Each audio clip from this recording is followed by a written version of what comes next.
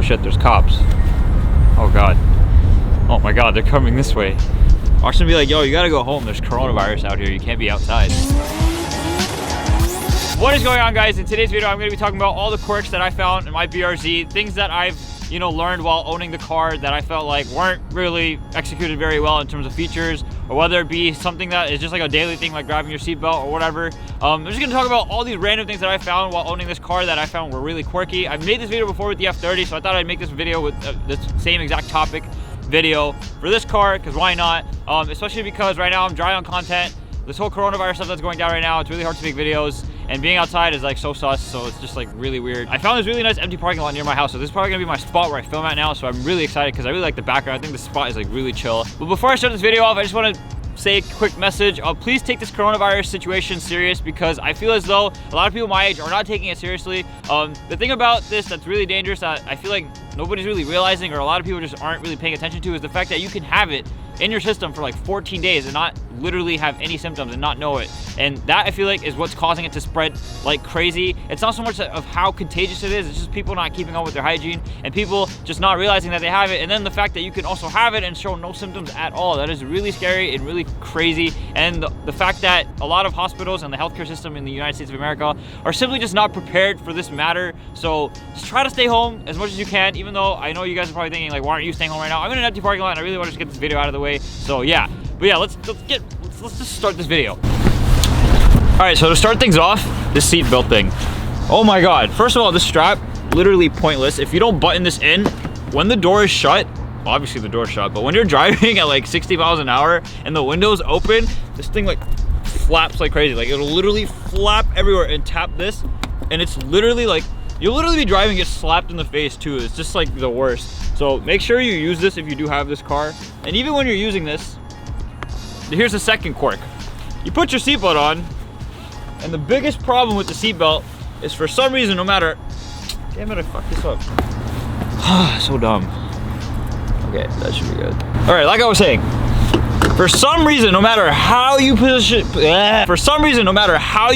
the seat, no matter how far back you go, how forward you go, how high, low you go, for some reason, just for me, I don't know if this is the case for anybody else, but if I'm not wearing this jacket and it's summer out and I'm just wearing a tee, like bro, this seatbelt is chopping my neck. Like it's literally chopping me right here, and it hurts, and it's so annoying.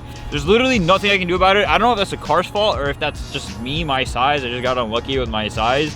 But it's really freaking annoying when I'm driving and the seatbelt is stabbing me and I can't do anything about it. Like sometimes I gotta drive like this. Like, bruh. Another quirk is definitely how there's no trunk latch. You literally can't open the trunk without the key or the button inside the car. I can't explain to you how many times I've walked over to the trunk and not realizing that there is no trunk latch, and I grab for nothing, even though there is a cutout for one.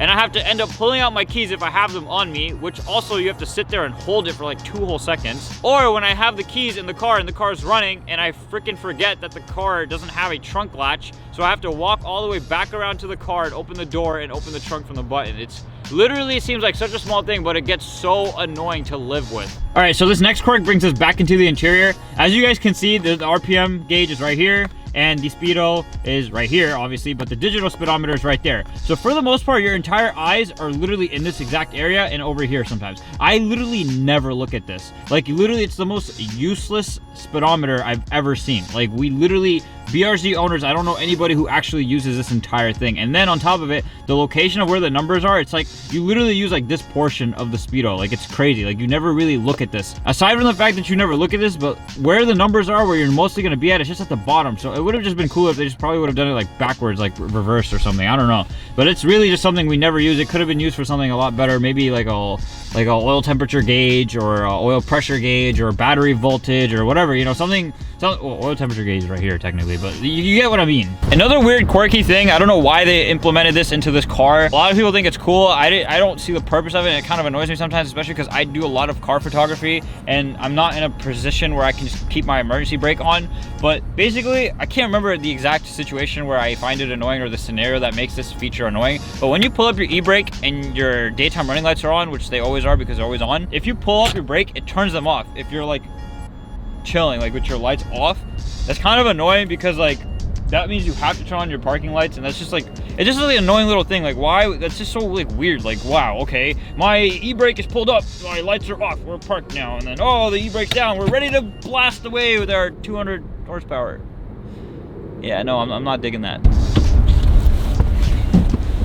You guys ready for the freaking dumbest quirk of this car? Turning off traction control. After you've owned this car for quite some time, you realize it's kind of boring, you know? It's just driving all the time. You're not really sliding. You're not doing any fun things and stuff. You have a nice 6-speed manual. You have rear-wheel drive. You have an LSD, you know? Want to just like rip some, you know, tires and do a burnout or drift and stuff? You know, you could always just hold the traction button and turn it off. But that doesn't fully turn off traction.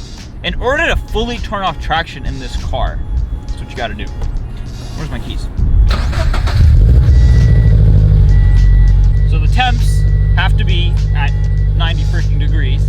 Now within 30 seconds of the car running and being on, you have to pull the e-brake 3 times, hold it there, brake 3 times, pull the e-brake back down, back up twice, double tap the brake, traction is now off. I'm literally not making this up. That literally turned off traction. Why? Why? An undercover police officer just came here and he asked me what I was doing, and he was like really chill, really cool guy. He told me he used to have one of these. It was really cool. I just hate that every time I have like a cool encounter with police, my camera's always off. Like, I feel like a lot of police officers don't get credit like for like the good ones out there, you know? Like, I feel like they get really like bad reputations for the bad cops. So there are good, cool, chill cops out there. So for those of you that are into cars and stuff that, you know, really hate cops, like, think twice, because a lot of cops are like a lot of police officers are actual car guys.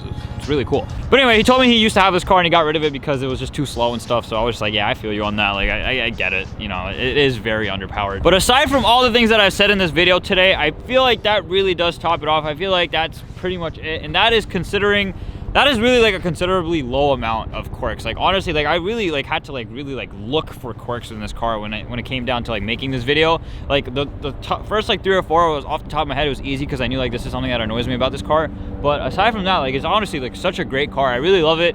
Yeah, it is underpowered, but I really don't care about making power out of it. For those of you that are new to the channel, a lot of you know that I have my E36 M3 for that. I don't really care so much about this being fast. It's just my daily driver. It's reliable. It's cheap to maintain. It's a Subaru and Toyota. Like, it's really cheap to maintain. Gas, it's good on gas. Like, you know, like I don't really have to worry about anything with this car. So like that's what I really love about it. For those of you that are watching this that think like I really hate this car, why'd you buy it, all these quirks, I'm not hating on it. I love this car. I just, you know, thought I'd point out some of the funny quirks that came with this. But anyway, guys, that pretty much does it for this video. Thank you so much for watching. Take care. Peace out.